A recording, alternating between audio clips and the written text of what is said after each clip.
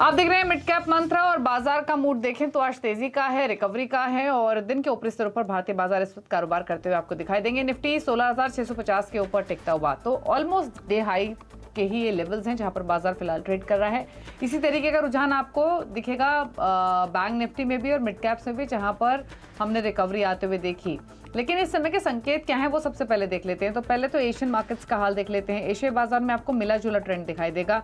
Nikkei लाल निशान में है, शंघाई आधा % ऊपर है, हैंगसेंग 1% नीचे है, कॉस्पी में 1/4% की दबाव देखने को मिला है। तो ज्यादातर एशियाई बाजार जो बहुत ज्यादा कमजोरी भी नहीं दिखा रहे हैं, तो तेज भी नहीं है, बल्कि सुस्ती का ही माहौल है या मिला जुला कारोबार है। अब देखते हैं अमेरिका को फ्यूचर्स को। अमेरिका के फ्यूचर्स हरे निशान में है। 133 अंकों की बढ़त आपको डाउ फ्यूचर्स में दिखाई देगी, आधा % ऊपर है, और नेस्डैक का फ्यूचर फ्लैट ट्रेड कर रहा है। यहाँ पर सिर्फ 17 अंकों की बढ़त देखने को मिल रही है। तो पॉजिटिव बास के साथ कारोबार हो रहा है अमेरिका के फ्यूचर्स में।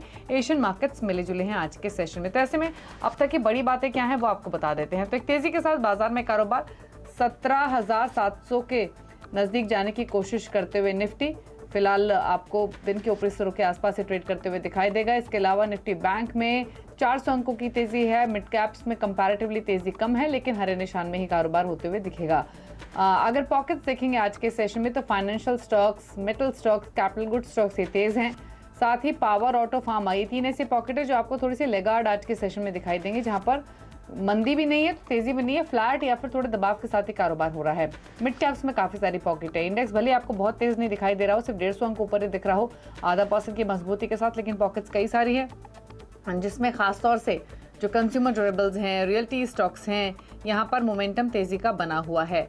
तो ये है मिड कैप्स में सेलेक्टिव पॉकेट्स का हाल। लेकिन यहाँ से व्यू क्या बन रहा है, इस पर करते हैं बातचीत। हमारे साथ प्रकाशगाबा.com के प्रकाश गाबा मौजूद हैं। गाबा साहब नमस्कार, स्वागत है आपका। तो पहले तो निफ्टी पर ही राय बताइए, रिमेनिंग सेशन के लिए जिन्होंने भी तेजी की पोजीशन होल्ड की हुई है उनके लिए क्या सजेशन रहेगा? Good afternoon to you. Well, Nifty के लिए बात करूंगा जरूर, लेकिन बैंक निफ्टी की पहले बात करना पड़ेगा मुझे, क्योंकि बैंक निफ्टी ने फ्यूचर्स में 39,999 टच कर लिया। 40,000 एक स्ट्रॉन्ग रेजिस्टेंस बन जाता है, तो उसका इफेक्ट निफ्टी पर जरूर पड़ेगा। और निफ्टी पर देखें तो आगे 17,700 का ये आंकड़ा है, थोड़ा दिक्कत का आंकड़ा।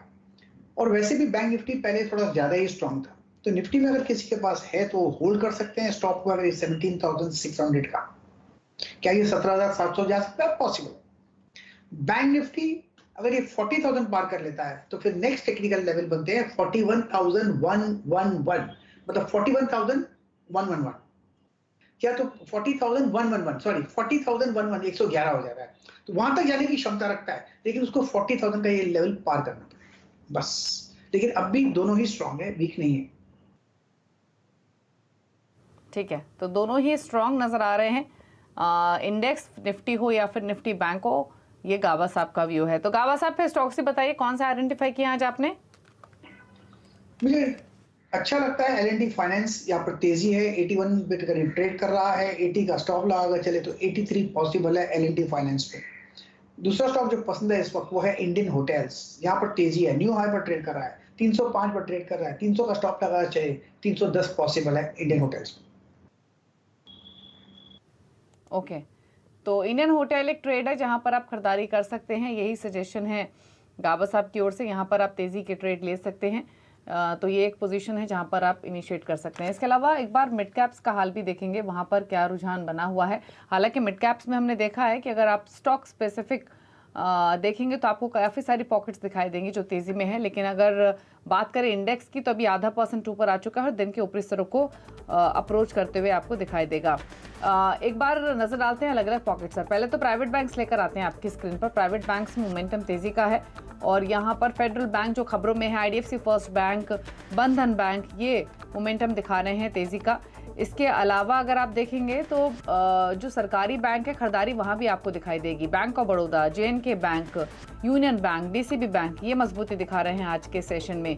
तो इन स्टॉक्स पर रखिए नज़र। और साथ ही NBFCs में भी खरीदारी दिखाई देगी। NBFCs में जो तेज़ी है उसमें M&M financial, L&T finance, Equitas, 5paisa.com, ये कुछ शेयर्स हैं जो कारोबार कर रहे हैं तेजी के साथ। यहाँ पर ऑलमोस्ट 5.5% तक के मूव आपको दिखाई देंगे आज के सेशन में। एक बार देखिए ऑटो एंसिलरी स्टॉक्स को। ऑटो एंसिलरी में एक्साइड, बैटरी स्टॉक्स तो आज परफॉर्म कर ही रहे हैं और इसके अलावा अगर आप देखेंगे तो अमराजा बैटरीज, एक्साइड के अलावा शांति गेयर्स, जीएनए एक्सेल्स ये तेजी में ट्रेड कर रहे हैं आज के सेशन में, तो यहाँ भी फोकस तेजी की तरफ ही बना हुआ है। कुछ और पॉकेट्स दिखाते हैं, उनमें अगर आप देखेंगे तो मोमेंटम दिखेगा आपको कंज्यूमर ड्यूरेबल स्टॉक्स में। ब्लू स्टार ये मोमेंटम दिखा रहा है खरीदारी का। इसके अलावा एम्बर एंटरप्राइजेज यहाँ पर भी तेजी देखने को मिल रही है। वोल्टास, डिक्सन टेक, तो ऑन एन एवरेज 202% तक की मजबूती इन स्टॉक्स में फिलहाल आपको दिखाई देगी। तो ये कुछ पॉकेट्स हैं जो फोकस में है आज के सेशन में। रियल्टी देखिए यहाँ पर लगातार तेजी बनी हुई है। India bulls real, brigade enterprises, Macrotech developers, dB realty ये कारोबार कर रहे हैं तेजी की तरफ, तो यहाँ भी फोकस तेजी का ही बना हुआ है। तो ये कुछ स्टॉक्स हैं। आईटी में भी सेलेक्टिव बाइंग देखने को मिलेगी आज के सेशन में, और आईटी में देखेंगे तो डाटा मैट्रिक्स, टाटा एलेक्सी ये मोमेंटम तेजी की तरफ दिखा रहे हैं। इसके अलावा रामको सिस्टम, 63 मून्स, तो बहुत ही सिलेक्टिव स्टॉक हैं आईटी में, मिड कैप्स में, लेकिन मोमेंटम है तेजी की तरफ। तो ये वो कुछ स्टॉक्स हैं जो फोकस में है। इस बीच एक खबर आपकी स्क्रीन पर है, उस पर कर लेते हैं रुख, और रुख ये है कि सरकार ने बीएसएनएल के रिवाइवल की जो पहली किस्त है 5000 करोड़ के आसपास की वो जारी कर दी है, और कंपनी इस पैसे का इस्तेमाल अपने वेंडर्स को पेमेंट करने के लिए करेगी। और डिटेल्स असीम के पास हैं, कौन कौन वेंडर हैं बीएसएनएल के, किन्हें होगा फायदा, और डिटेल्स ले लेते हैं। तो असीम बताइए क्या डिटेल्स है। देखिए, हाल में ही सरकार ने बीएसएनएल के लिए 1,64,000 करोड़ रुपए के रिवाइवल पैकेज की घोषणा जो की थी, तो हमें सूत्रों के हवाले से जानकारी मिल रही है कि सरकार ने इसकी पहली किस्त जो है बीएसएनएल को जो है सौंप दी है। वित्त मंत्रालय ने इसको हरी झंडी जो दे दी है। 5,000 करोड़ रुपए की ये पहली किस्त जो है बीएसएनएल को दी गई है, और खासतौर पर कहा गया है कि इसका इस्तेमाल जो है बीएसएनएल अपने वेंडर्स को पेमेंट करने के लिए जो है वो करेगा। पिछले 2 सालों से बीएसएनएल के वेंडर्स की पेमेंट जो है वो बकाया है, जिसकी वजह से काफी ज्यादा दिक्कतें जो है वेंडर्स को भी आ रही थी और बीएसएनएल को जो है वो भी आ रही थी। टावर कंपनियों की किस्तें बकाया, जिसमें इंडस टावर है और जिसमें की स्टरलाइट टेक्नोलॉजीज है, जिनको कि इसका फायदा होगा। बाकी जो इक्विपमेंट वेंडर है, आईटीआई जो है सबसे बड़ा इक्विपमेंट वेंडर है बीएसएनएल का। खासतौर पर सरकार ने प्रेफरेंशियल मार्केट एक्सेस जो है वो लगाया हुआ है कि जो आईटीआई के इक्विपमेंट है वो सारे के सारे बीएसएनएल के अंदर जो है वो लगेंगे। इसके साथ साथ जो एचएफसीएल है या श्याम टेलीकॉम है, वीएनएल है, पैरामाउंट केबल्स है, इन सबको इसका फायदा जो होगा। बीएसएनएल अगले 15 दिनों के अंदर इन्वेंटर्स की रकम जो है वो चुकाने की शुरुआत जो कर देगा। तो अगले 15 उसके बाद ये सारी पेमेंट जो है ड्यूज क्लियर जो है वो कर दिए जाएंगे। बाकी धीरे धीरे सरकार जो है अगला पैकेज जो है बीएसएनएल को जो है वो देगी। तो एक पॉजिटिव खबर उन कंपनियों की जिन पर बकाया था, और अब जो रकम का इस्तेमाल है वो वेंडर्स को भुगतान करने के लिए किया जाएगा, जिसमें आईटीआई लिमिटेड, तेजस नेटवर्क जैसी कंपनियां शामिल हैं। इंडस टावर भी बेनिफिशियरी रहेगा। एक रिएक्शन हम आईटीआई में ही देख रहे हैं, तो उस पर एक राय ले लेते हैं। गाबा साहब, दिन के ऊपरी स्तर पर फिलहाल कारोबार करते हुए 116.25 के मौजूदा लेवल्स, क्या सजेशन है? मुझे नाम रिपीट कीजिए please. ITI limited. ITI, well ITI limited 116 पे ट्रेड कर रहा है, बिल्कुल साइडवेज जोन पर है। लार्जर टर्म स्ट्रक्चर ठीक ही है, 114 का स्टॉप लगा कर चलना चाहिए। पॉसिबल है कि 120 दिखे, वॉल्यूम्स कम होते हैं स्टॉक में, लेकिन ले सकते हैं। Yes, ITI. ओके, तो आईटीआई पर ये व्यू है, खरीद सकते हैं इन लेवल्स पर भी। डे हाइक पर को अपने होल्ड कर रहा है, 117 के लेवल्स देखने को मिल रहे हैं। लेकिन अब बात करेंगे फेडरल बैंक की। फेडरल बैंक में आज जोरदार एक्शन है। दरअसल सूत्रों के मुताबिक फेडरल बैंक किसी बड़े बैंक के साथ मर्जर की तैयारी में है, और इसी खबर पर और डिटेल्स ले लेते हैं यतिन मूसा से। तो यतिन बताइए क्या खबर है, क्या डिटेल्स हैं, और बैंक की ओर से क्या रिएक्शन आया है? देखिए, ये जो स्टोरी है हमने सुबह भी डिस्कस की है, लेकिन सबसे पहले फेडरल बैंक के पक्ष की बात कर लेते हैं, क्योंकि उन्होंने एक्सचेंजेस पे जो नोटिफिकेशन भेजा है उन्होंने उसमें ये कहा है कि ये जो स्टोरी है हाईली स्पेकुलेटिव है, और कोई एमएनए ट्रांजैक्शन पे बड़े प्राइवेट बैंक के साथ की चीज़ एज ऑफ टुडे उनके पास कोई इस मामले में जानकारी नहीं है जो स्टॉक एक्सचेंजेस को ज़रूरी है डिस्क्लोज करना। तो ये फेडरल बैंक की तरफ से स्टेटमेंट आया, लेकिन सूत्र हमारे जो हैं वो ये बता रहे हैं कि फेडरल बैंक की योजना है कि शायद कोई बड़े प्राइवेट बैंक के साथ मर्जर का प्लान करें। हमको सूत्र ये भी बता रहे हैं कि कोटक बैंक और फेडरल बैंक के सीनियर ऑफिशियल्स पिछले हफ्ते मिले थे मर्जर्स की कॉन्टूर्स डिसाइड करने के लिए, टॉक्स को आगे बढ़ाने के लिए, क्योंकि टॉक्स अभी बहुत ही प्राइमरी प्रिलिमिनरी स्टेज पे है। ऑब्वियसली इसका मतलब ये नहीं है कि ये ट्रांजैक्शन आगे जाके कल्मिनेट हो, क्योंकि बातचीत जो है वो शुरुआती तबक्के में हो रही है। ऑब्वियसली जब कोटक से हमने कमेंट लेने की कोशिश की तो उन्होंने इस स्टोरी पे कोई कमेंट देने से मना कर दिया, तो नो कमेंट्स उनका एक स्टैंडर्ड डिस्क्लोजर था। लेकिन अगर हम बात करें फेडरल बैंक की तो साउथ मार्केट्स में कंपनी का दबदबा है, काफ़ी ज़बरदस्त ब्रांच नेटवर्क है, लगभग 1300 ब्रांचेस का। उसके मुकाबले कोटक बैंक का ज़्यादा अर्बन और सेमी अर्बन एरियाज में प्रेजेंस है 1700 ब्रांचेस के साथ। तो कहीं ना कहीं अगर ये मर्जर हो जाता है तो एडवांटेज ऑब्वियसली कोटक को रहेगा, क्योंकि काफ़ी यहाँ अच्छे वैल्यूएशंस पे फेडरल बैंक अवेलेबल है। एक बात दूसरी कि जो फेडरल बैंक की पकड़ है साउथ मार्केट्स में, खासकर केरला राज्य में, जहाँ उनके एनआरई डिपॉजिट्स के बेस बड़ा है, गोल्ड लोन से कमर्शियल व्हीकल लोन्स में उनकी स्पेशलाइजेशन है। तो कहीं ना कहीं ये थोड़ा बहुत डाइवर्सिफिकेशन आपको कोटक के लिए होता हुआ दिखाई देगा। पिछले दिन कोटक ने एक छोटी माइक्रो फाइनेंस कंपनी एक्वायर की थी जो साउथ बेस्ड फोकस्ड है। 2014 में उन्होंने आईएनजी वैश्य बैंक का एक्विजिशन किया था। तो कहीं ना कहीं इनऑर्गेनिक प्लान्स हैं कोटक के। देखते हैं ये फेडरल बैंक उनके स्कीम ऑफ थिंग्स में बैठता है कि नहीं। लेकिन एज ऑफ नाउ, जैसे कि मैंने पहले कहा, फेडरल बैंक ने इस खबर पे किसी प्रकार का डिनायल या किसी प्रकार की एडिशनल टिप्पणी नहीं दी है। उन्होंने ये कहा है कि ये जानकारी उनके ज़हन में नहीं है और ये जो न्यूज़ है हाईली स्पेकुलेटिव है। शुक्रिया यतिन आपका। तो डिनायल तो ना तो कोटक महिंद्रा बैंक की ओर से आया है, ना फेडरल बैंक की ओर से। कोटक ने कुछ कमेंट नहीं किया है और फेडरल बैंक ने कहा है कि ये सिर्फ अटकलें हैं। लेकिन हाँ, स्टॉक खबरों में है। एक रिएक्शन हमने देखा, दिन में 7% तक की तेजी भी रही स्टॉक में और अभी भी 3.5% की मजबूती दिखा रहा है। गावा साहब, फेडरल बैंक पर एक कॉमेंट आपके। हाँ, फेडरल बैंक तो अच्छा तो लगता है, इनफैक्ट अच्छा मूव में है फेडरल बैंक में। लेकिन एक दिक्कत है कि अपन दिन थोड़ा सेलिंग है, 130 चला गया और वहां से रिटर्न आया 123 पर। लेकिन अपू ऑन है, 120 से तक बरकरार है। हम कह सकते हैं कि कल भी एक अपू मिल सकता है, लेकिन 120 एक क्रूशियल सपोर्ट है फेडरल बैंक में। तो 120 एक इंपॉर्टेंट सपोर्ट। फिलहाल स्टॉक आप देखेंगे तो 123.40 पर कर रहा है ट्रेड। लेकिन चलिए अब रुक रहे हैं ब्रेक के लिए। ब्रेक के उस पार एक और खबर आपके लिए लेकर आएंगे, लेकिन ब्रेक में जाते हुए बात कर लेते हैं मनी कंट्रोल प्रो के बेहद ही आकर्षक ऑफर के बारे में। मनी कंट्रोल फाइनेंशियल आजादी का उत्सव मना रहा है और इस खास मौके पर लेकर आया फाइनेंशियल फ्रीडम ऑफर, जिसके तहत मनी कंट्रोल प्रो का सब्सक्रिप्शन आप नेट जीरो कॉस्ट यू कहें मुफ्त में पा सकते हैं।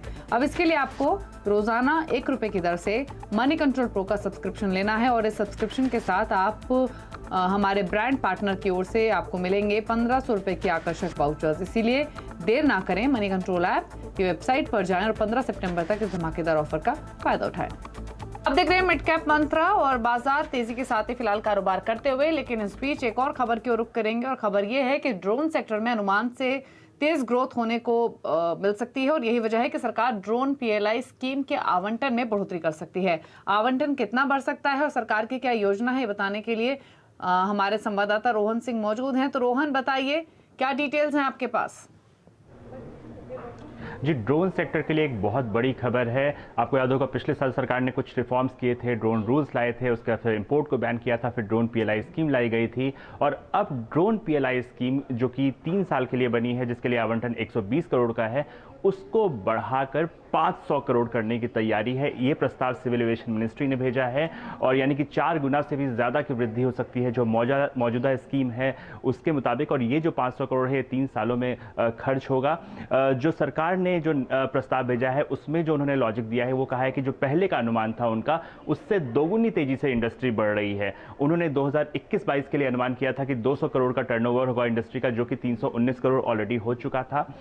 इस साल के लिए जो अनुमान था वो पहले 400 करोड़ का था, लेकिन जो नया प्रोजेक्शन सरकार ने भेजा है वो है कि ड्रोन इंडस्ट्री का टर्नओवर 700 करोड़ का होगा। ठीक इसी तरह जो अगला साल है, जो आखिरी साल होगा ड्रोन पीएलआई स्कीम का, उसमें 700 करोड़ के टर्नओवर की जगह 1500 करोड़ का नया प्रोजेक्शन डाला है। और इसलिए सरकार का कहना है कि इस नई जरूरत को पूरा करने के लिए नए आवंटन की जरूरत है, इसलिए 4 गुने से भी ज्यादा की वृद्धि हो सकती है और इसको बहुत जल्दी जो फाइनेंस मिनिस्ट्री है वो कंसिडर करेगी। साथ ही ये भी बता दें कि 23 कंपनियों को अब तक चुना गया है एज अ बेनिफिशियरी, जो स्टार्टअप्स हैं। और सरकार ये कहना है कि आने वाले दिनों में जो नई कंपनीज आते हैं, जो कंपोनेंट बनाते हैं या जो ड्रोन बनाते हैं, उनमें से जो भी एलिजिबल होगा वो सरकार चाहती है कि हर कंपनी को उसका फायदा दिया जाए और फंड की कमी ना हो। इसलिए इस नए प्रस्ताव को भेजा गया है जहां की काफी ज्यादा वृद्धि की जा सकती है ड्रोन पीएलआई स्कीम के लिए। ओके, चलिए शुक्रिया आपका रोहन ये डिटेल्स बताने के लिए। तो ड्रोन सेक्टर में पीएलआई का आवंटन बढ़ सकता है और जो ड्रोन बनाने वाली कंपनियां हैं उनको डेफिनेटली इसका फायदा पहुंचेगा। जेन टेक्नोलॉजी जैसे स्टॉक हैं जो आमतौर पे बेनिफिशियरी होते हैं इस तरीके की डेवलपमेंट से, स्टॉक अगर आप देखेंगे तो फिलहाल 210 के आसपास कारोबार कर रहा है। तो ये है ड्रोन पीएलआई स्कीम आवंटन में बढ़ोतरी होने की खबर। लेकिन एक और खबर आपको बता देते हैं। बारिश से आईटी सिटी बेंगलुरु का हाल बेहाल है। रविवार की रात हुई मूसलाधार बारिश से बेंगलुरु में बाढ़ जैसी स्थिति बन गई है और शहर के कई इलाके जलमग्न हैं। रिंग रोड सहित सभी प्रमुख सड़कों पर जलभराव से वाहन नहीं चल पा रहे हैं और शहर के अंतर्राष्ट्रीय एयरपोर्ट में भी पानी भर गया है। मुख्य मार्गों पर जलभराव से भीषण ट्रैफिक जैम में भी लोग परेशान हो रहे हैं। स्पाइस गार्डन से व्हाइटफील्ड्स एरिया तक लंबा ट्रैफिक जैम लगा है। वहीं मौसम विभाग ने कर्नाटक में अगले 3 दिनों में भारी बारिश होने का अनुमान लगाया है। और अब बात करें खिलाड़ी नंबर 1 की अपडेट की। इस हफ्ते हमारे साथ एलकेपी सिक्योरिटीज के रूपक डे, एंजल 1 के समीत चौहान और साथ ही वेवस्ट्रैटेजी.com के आशीष क्याल। तो अब तक के रिटर्न की स्थिति दिखा देते हैं। आज हालांकि हफ्ते का पहला दिन ही है, तो अब तक के पोर्टफोलियो सजेशंस के हिसाब से लीड कर रहे रूपक डे 2.5% के रिटर्न, समीत चौहान 1.5% के रिटर्न और आशीष क्याल का पोर्टफोलियो फ्लैट टुवर्ड पॉजिटिव बायस के रिटर्न्स लेंड कर रहा है। तो ये है फिलहाल खिलाड़ी नंबर 1 की स्थिति, जहां पर तीनों ही खिलाड़ी की ओर से पॉजिटिव रिटर्न्स आ रहे हैं, लेकिन रूपक डे लीड करते हुए। रुक रहे एक ब्रेक के लिए। ब्रेक के उस पर आप देखिए नो योर कंपनी। नमस्कार।